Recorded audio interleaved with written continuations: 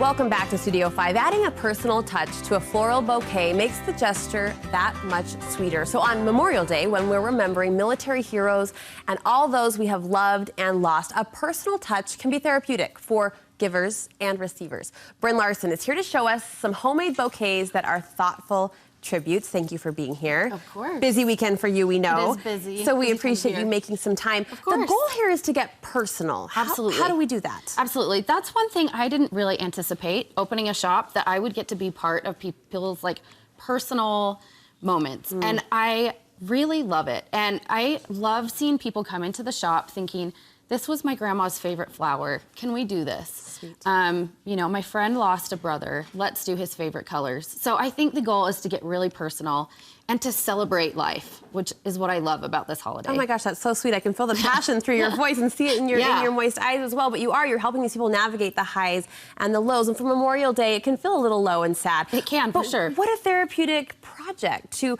put what you remember about that person, love about that person, into this DIY, so to speak. Absolutely.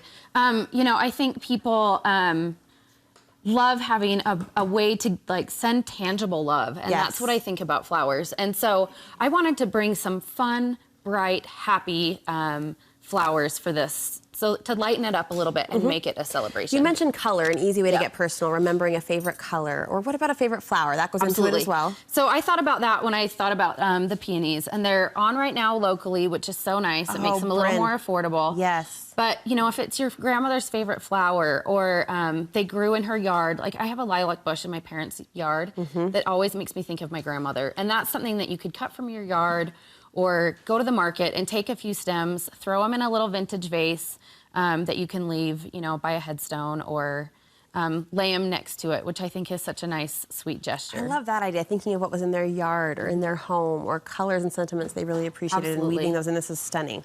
And same with this little teacup. This was my great-grandmother's teacup. Oh, this is a treasure. Isn't that so precious? Look at the cracks. I don't even want to touch it, but look at the cracks and the chips. And it it adds just, to it. Absolutely. I had a customer come in one day that said, I'm thinking about my grandma today. Can we put some flowers in her teacup?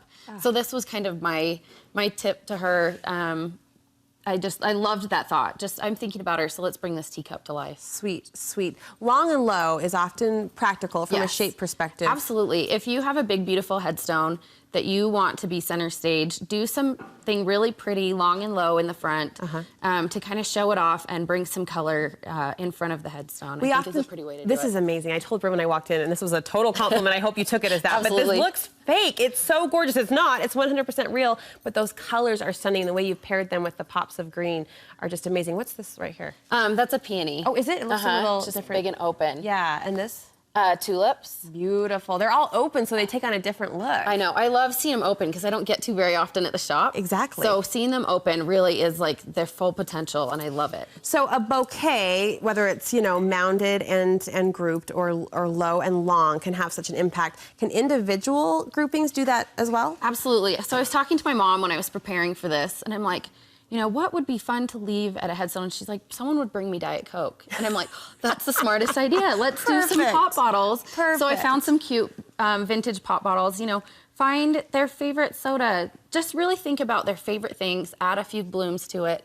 You don't want to do something expensive because you're going to leave it there. Right. You know, and pop bottles, $1, $2. Sure, and sure. add some of their favorite blooms, and there you go.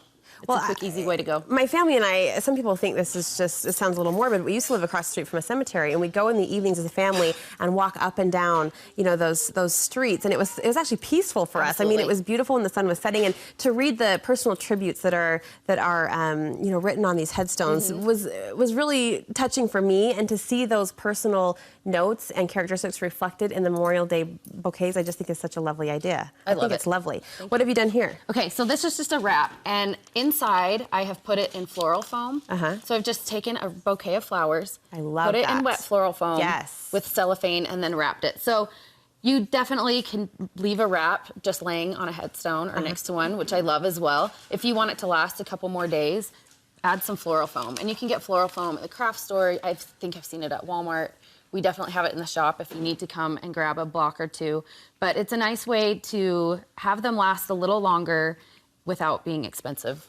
Is there a way to pull in red, white, and blue for Memorial Day? It's kind of cliche. But it's huge. I mean, there's so many veterans that we want to honor. Yes.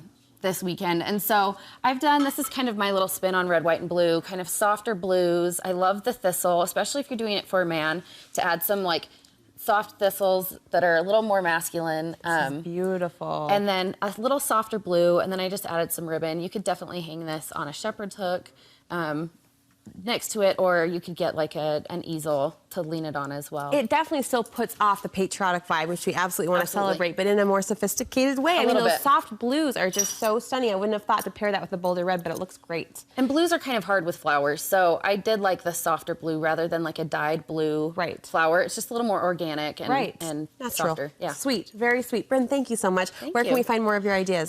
Blooms and Company, 39th and Highland. And on Instagram as well. Absolutely. Thank you. Great to see you.